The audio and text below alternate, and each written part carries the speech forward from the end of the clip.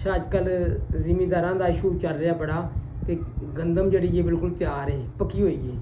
ਤੇ ਉਹ ਆਂਦੇ ਨੇ ਨਾ ਮਤਲਬ ਜਦੋਂ ਤਿਆਰ ਗੰਦਮ ਹੋਵੇ ਫਿਰ ਨਾ ਇੱਕ ਆਸਰੇ ਦੀ ਜ਼ਰੂਰਤ ਹੁੰਦੀ ਹੈ ਮਾੜੀ ਜਿਹੀ ਵੀ ਇਹਨੂੰ ਮਤਲਬ ਬੜਾ ਸਪਾਰਕਿੰਗ ਦੀ ਮਿਲਣੀ ਨਾ ਆਕਸੀਜਨ ਤੇ ਇਹਨੇ ਨਾ ਜਲ ਜਾਣਾ ਹੈ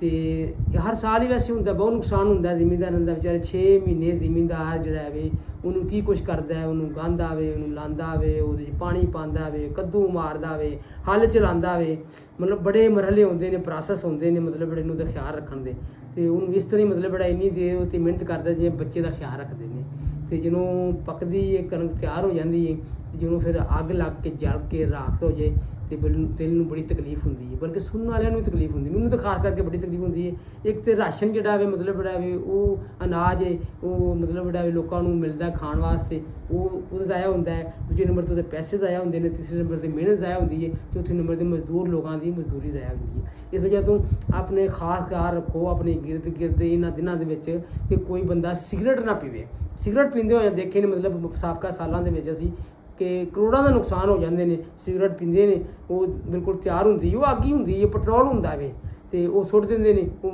ਸਿਗਰਟ ਸੁੱਟ ਕੇ ਉਹ ਅੱਲਾ ਦੇ ਹਵਾਲੇ ਹੋ ਜਾਂਦਾ ਆਪ ਉਹ ਬਾਅਦ ਵਿੱਚ ਜਲ ਕੇ ਕਈਆਂ ਦੇ ਕਈ ਘਰ ਕਈਆਂ ਦੇ ਕਈ ਘਰ ਖੇਤ ਉੱਜੜ ਜਾਂਦੇ ਨੇ।